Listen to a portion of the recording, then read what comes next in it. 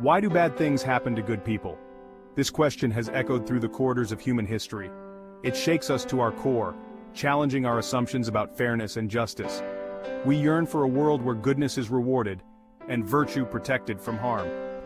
Yet, reality paints a different picture, a canvas splashed with the unpredictable strokes of suffering.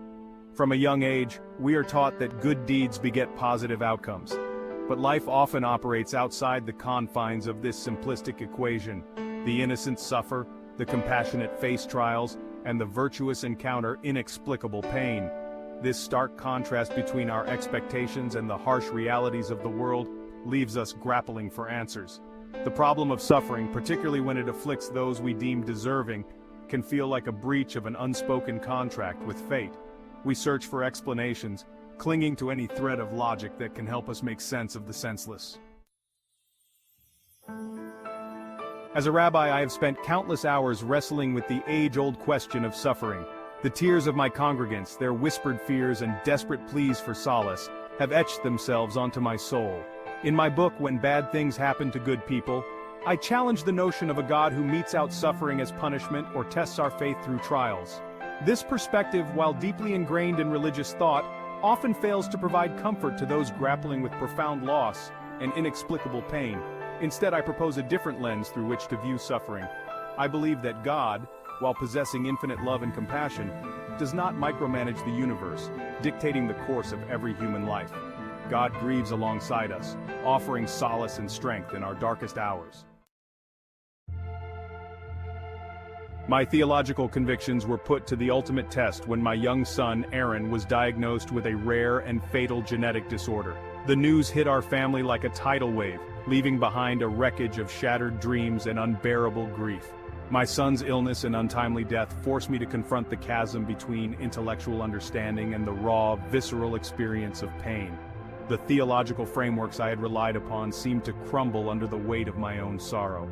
It was during those dark nights of the soul, as I sat by my son's bedside, that I began to glimpse a different kind of truth. I realized that even in the absence of answers, even in the face of unbearable loss, there was still beauty, still love, still a reason to hope. My son's life, though tragically cut short, taught me more about the human spirit than years of theological study ever could. In When Bad Things Happen to Good People, I share stories of individuals who have faced unimaginable hardships and yet have emerged with their spirits unbroken. These are not tales of superhuman strength or unwavering faith, but rather honest accounts of human fragility and resilience. One such story is that of a young woman who lost her husband in a car accident, leaving her to raise their two young children alone. Overwhelmed with grief, she chose to honor her husband's memory by dedicating herself to her children's well-being. Another story tells of a man diagnosed with a debilitating illness that robbed him of his mobility and independence. With the support of his loved ones, he eventually found the strength to adapt to his new reality and embrace the present moment. These stories serve as powerful reminders that even in the face of unimaginable suffering, the human spirit possesses an innate capacity for resilience, hope, and growth. The search for meaning in the face of suffering is a deeply personal and often arduous journey. There are no easy answers, no magic formulas that can instantly alleviate the pain of loss. However, it is in the very act of seeking meaning that we discover our own inner strength and resilience. For some, meaning might be found in deepening their faith, drawing solace from the belief in a loving God.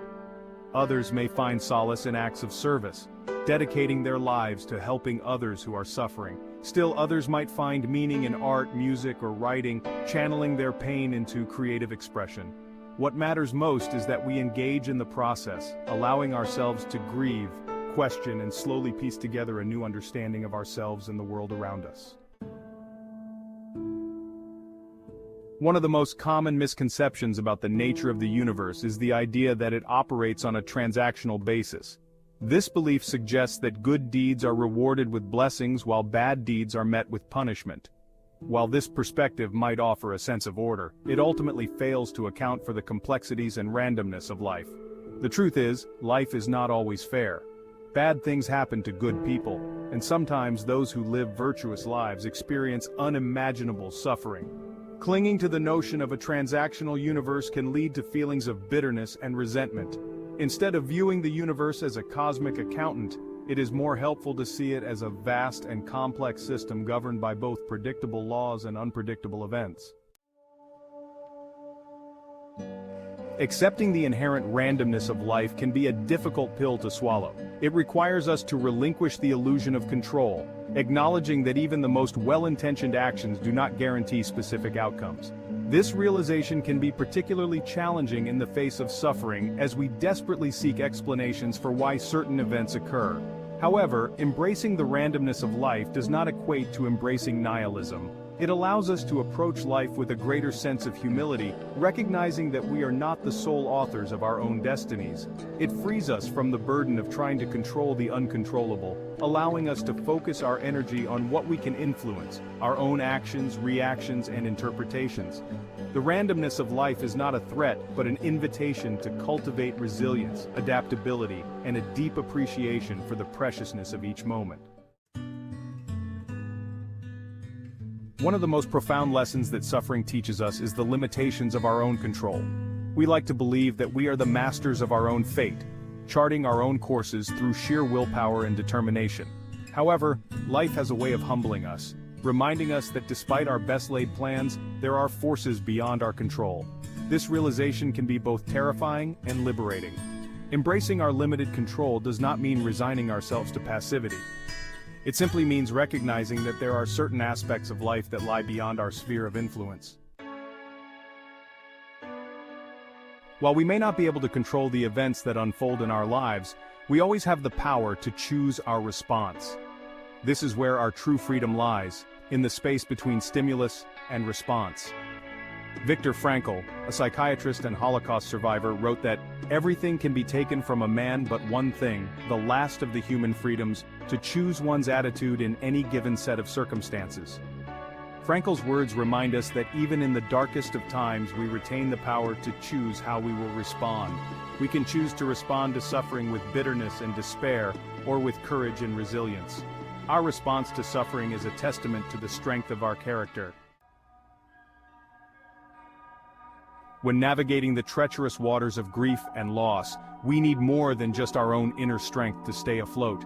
We need the life rafts of love and support from those around us. The human heart, when wounded, yearns for connection, for the healing balm of empathy and understanding. It is in the embrace of loved ones that we find solace, strength, and the courage to face another day. The power of love and support to heal and transform cannot be overstated.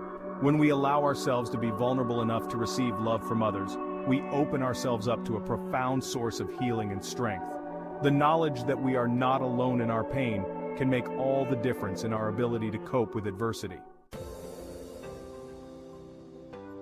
While it may seem counterintuitive, it is possible to find hope and even experience personal growth in the face of adversity.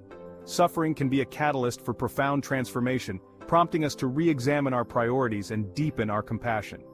The experience of loss and suffering has a way of stripping away the superficial and forcing us to confront what truly matters in life. It can lead us to make significant changes, letting go of old patterns and embracing new ways of being. The journey through grief and loss is not linear or predictable. However, if we allow ourselves to be present with our pain, we will eventually emerge from the darkness transformed by the experience. We will emerge stronger, more resilient, and more deeply connected to ourselves and the world around us.